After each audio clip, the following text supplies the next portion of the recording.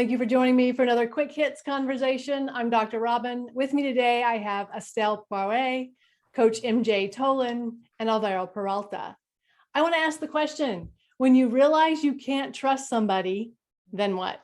Coach, go first. We've all had situations in our life and our businesses, personal relationships, vendors, when we're purchasing a car or a home, wherever we have to put our trust at risk.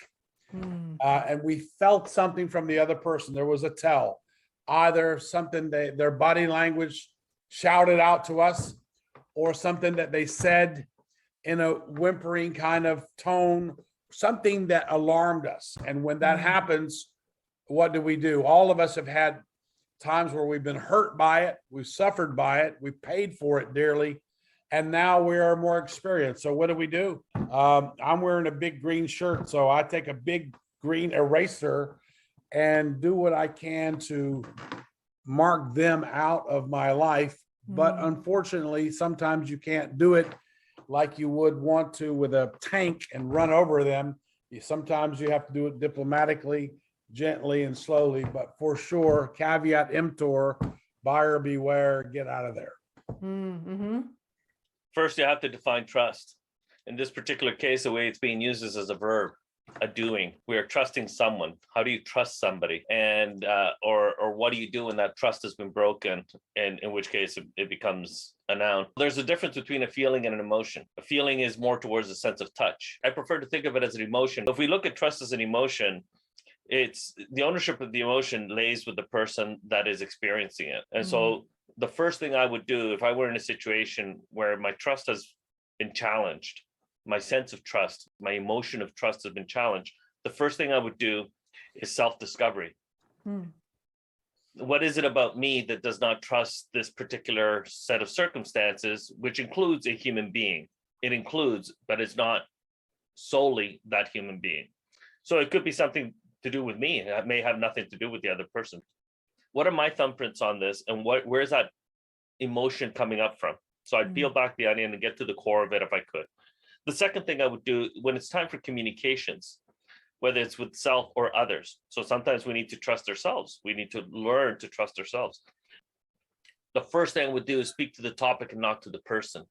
Take the personality out of the conversation and speak to the topic. What's going on here? You know, at work, this process doesn't work for me. So why don't we speak about how we extend a request and how we accept a request? That would be the topic. Sorry, can we pause just there 1 second before you go into another point? Because I want to talk about that just a minute, because I feel like it's super esoteric. Because I think for me, yes, if I don't trust someone, is some of that my responsibility? Definitely. But also, once that trust has been broken, I get to choose if I want that person in my space or not, while I kind of figure out. And last week, I wrote an email to someone that said, I'm not comfortable with us. We're not moving forward until we can kind of solve this. And I'm not sure I want to solve it. There's not enough upside for me to go back and deal with what has transpired that made me not trust. Exactly. And that leads to my last point, which is transparency. So what you're trying to achieve is transparency on that particular topic so that you can move forward. So I call this transparency with boundaries. Okay. So those are three things that I kind of came to mind when you put the topic forward. Estelle, I'd love to hear what you think on the subject. Well, I very much enjoy the question. And to be honest, I've been thinking about it. And I guess I did a little bit of a reflection on my life in the past when I would discover that somebody or people, let's say one person would not be very trustworthy. And I would realize that, and I would, oh my goodness, I would kind of acknowledge, okay, this person is not trustworthy, cannot trust them. My problem would be that I would have a highly emotional reaction. I would get extremely upset and I would keep it inside of me. And I would probably not talk to this person anymore because I was too emotional and I could not deal with it. Or I would get very emotional and completely lose my, and nowadays, the accompanying person inside of me, the work that I do as part of my business, first of all, if I realize that somebody is not trustworthy, step number one, that's going to piss me off. And that's going to be my right to be pissed. I don't have to explain it to anybody. And that's the way I'm reacting. And step number two, that's why punching bags exist. And I'm going to allow myself to express that frustration. I will do that by myself, and I will do that for myself. No one needs to be there, because I'm feeling upset about it and I'm going to express it. So when I express it, I feel liberated. And when I feel liberated, I'm emptying my emotional trash bag. When I empty my emotional trash bag, I am most likely to be a lot more at peace with myself, because I gave myself love and respect. I did not like this to come to the conclusion that this person, I cannot trust that person. So maybe another step number 3, because I did not like this realization.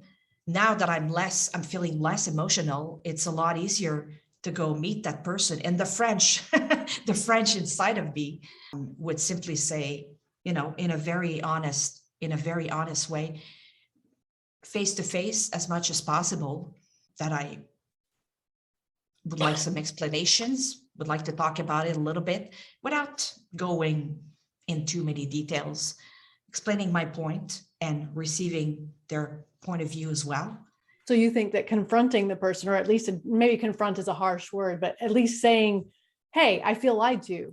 Absolutely. And the fact that I respected myself enough to express that anger that I had inside of me, now it's easier to just speaking with that person. Mm-hmm. And would I cut that person away from me eventually? Maybe not. Because I'm not them. They're not me. I don't really know all the facts, which would lead me to, would I give a second chance? I would have to think about it. Yeah, fair. MJ, having heard all of that, what are your thoughts now?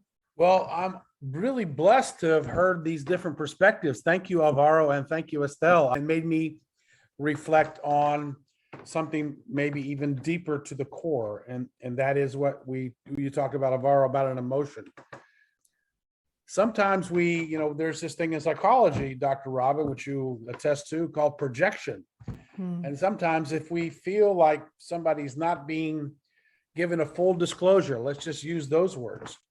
If someone's not doing a full disclosure, we might see it as manipulative, pre-planned deception and a lie, because we were offended 3 years ago by X, Y, and Joe.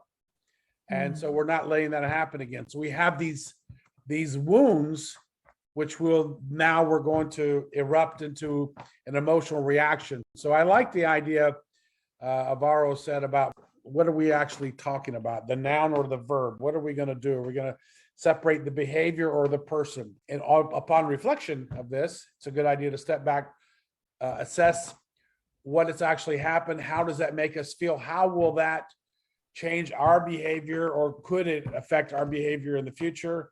And is this person worthy and worthwhile to salvage from this disrespect that we feel that we have received?